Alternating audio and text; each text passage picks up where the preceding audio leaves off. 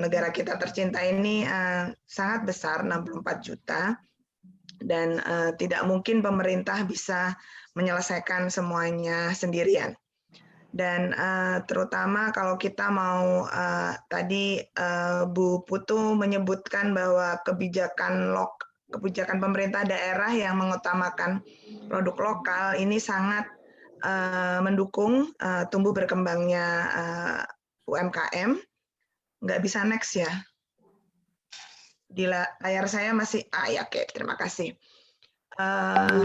Dan yang bisa bertahan di baik di pasar online maupun offline memang harus yang berdaya saing ya. Yang berdaya saing ini kebanyakan ada di usaha kecil dan usaha menengah.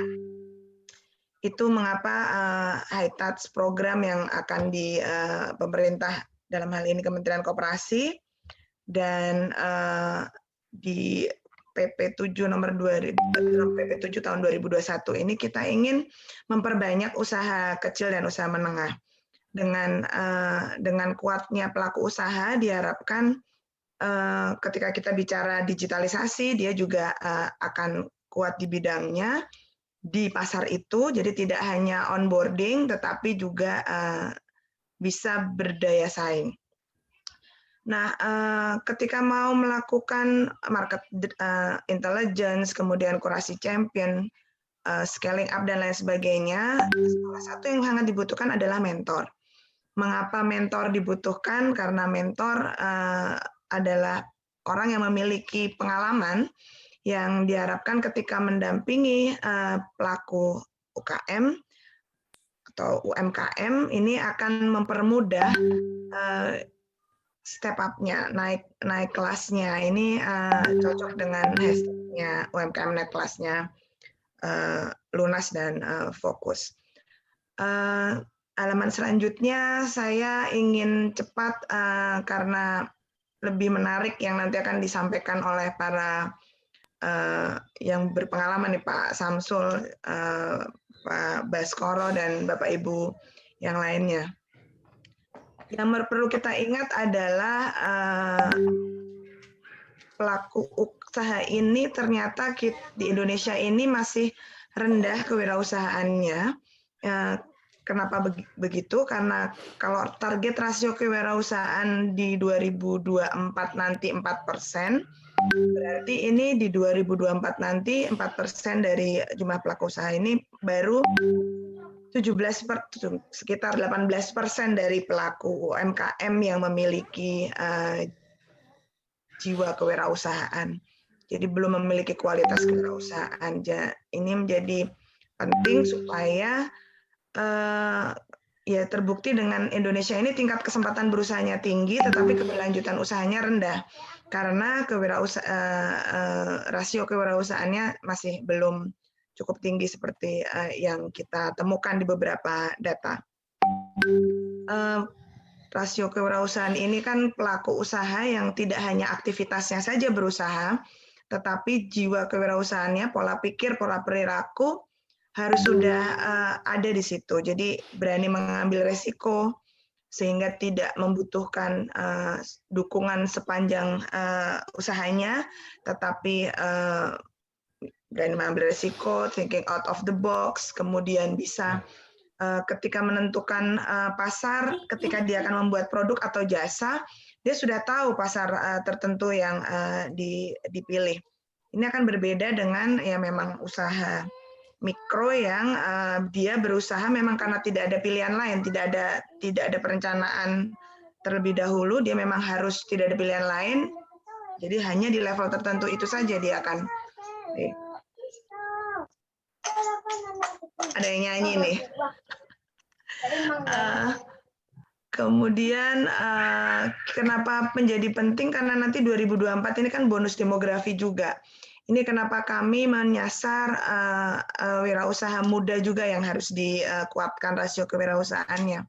Karena kalau nanti 2024 bonus demografi ini tidak memiliki jiwa kewirausahaan, tidak bisa menciptakan lapangan pekerjaan, beban pemerintah akan makin berat dan tentu saja perekonomian akan melambat.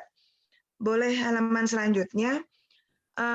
Untuk itu pemerintah melakukan model pendekatan pengembangan dalam bentuk dalam satu ekosistem. Dalam satu ekosistem itu mengapa kami sepakat dengan Lunas dan Fokus dan network-nya bahwa kita tidak bisa bekerja sendiri.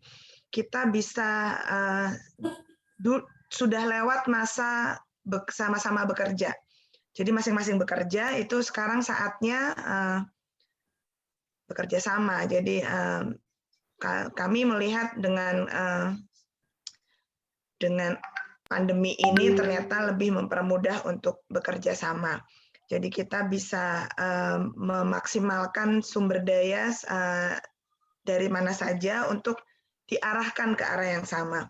Mulai tahun depan 2022 saat ini sedang disusun rancangan Perpres untuk pengembangan kewirausahaan nasional dengan koordinator sesuai turunan Undang-Undang Cipta Kerja juga dan PP 7 Kementerian Koperasi dan UKM yang akan menjadi koordinator.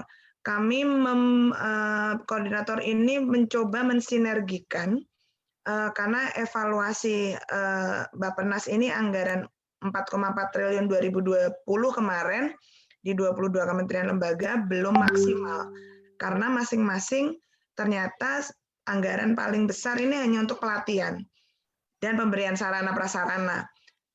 Ini yang kami merasa sudah cukup kita bisa mengarahkan. Jadi siapa melakukan dari A sampai B ke C dan ke D. Nah, mentor ini kami harapkan bisa menjadi connecting the dots-nya. Kami melihat ketika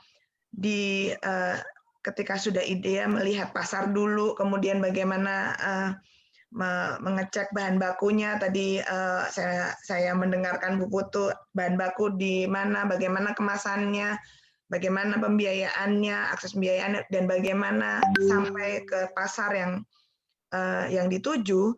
Ini di seluruh rangkaian itulah dibutuhkan pendamping, terutama mentor, karena orang yang sudah memiliki pengalaman di bidangnya ini akan cepat memberikan clue-clue, hint-hint yang bisa mempercepat tumbuhnya usaha kecil menengah yang berkualitas, wirausaha yang nantinya akan jangka panjang, tidak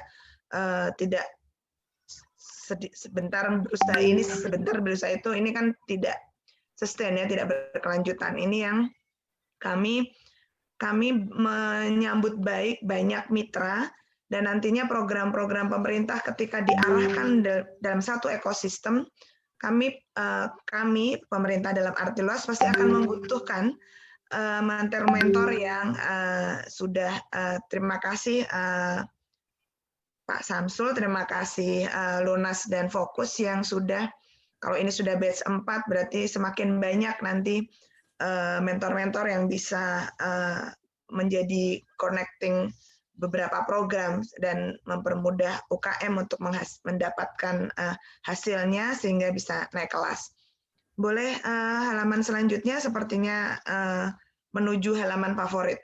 Nah, ini saya hanya ingin menunjukkan bahwa kenapa tadi saya berterima kasih, karena dalam tahapan pengembangan wirausaha ini memang di level ke-10 ada penciptaan mentor usaha. Kalau sudah diinisiasi dengan Lunas, sudah ada batch 4 mentor ini sangat berarti sudah inline dengan program pemerintah dan makin mempercepat bagaimana menggunakan jasa Bapak Ibu sekalian, fungsi Bapak Ibu sekalian untuk mencapai apa yang kita cita-citakan bersama, pertumbuhan ekonomi yang berpihak pada pelaku usaha lokal. Mungkin saya mau melihat halaman selanjutnya, sepertinya halaman favorit. Iya, betul. Ini adalah halaman favorit. Terima kasih. Saya akan mengikuti acara hari ini. Kalau nanti kiranya ada yang bisa dikomunikasikan, saya siap merespon. Tapi kalau tidak, saya lebih senang mendengarkan interaksi Bapak Ibu sekalian. Demikian, mohon maaf kalau kurang berkenan. Terima kasih. Wabillahi taufiq wal hidayah. Wassalamualaikum warahmatullahi wabarakatuh.